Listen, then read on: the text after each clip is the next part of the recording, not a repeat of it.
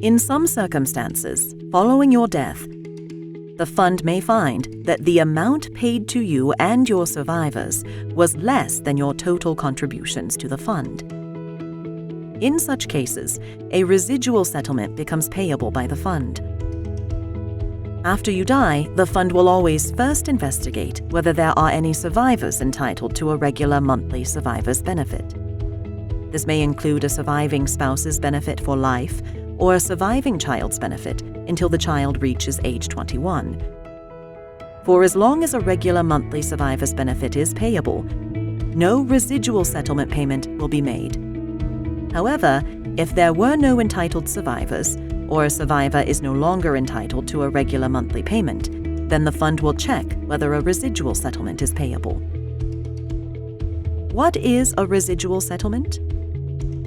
It's a final settlement payment to be made by the fund following your death if or once there are no survivors entitled to a regular monthly payment from the fund, and if at that time all or part of your own contributions to the fund remain unpaid by the fund.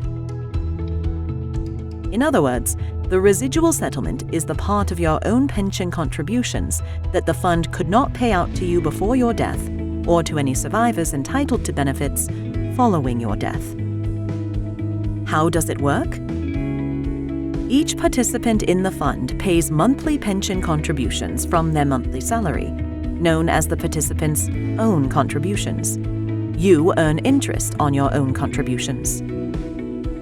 After your death, if or once there are no entitled survivors, the fund compares the amount of your own contributions plus interest to the total amount that was paid out to you and your entitled survivors, and the difference is the residual settlement. This residual settlement is now payable to the person or people you designate as the potential recipients on a special pension form labeled Designation of Recipient of a Residual Settlement Form, hence/A2. On this form, which all fund participants should complete and submit, you instruct the fund who should receive the residual settlement payment if it is payable in the future.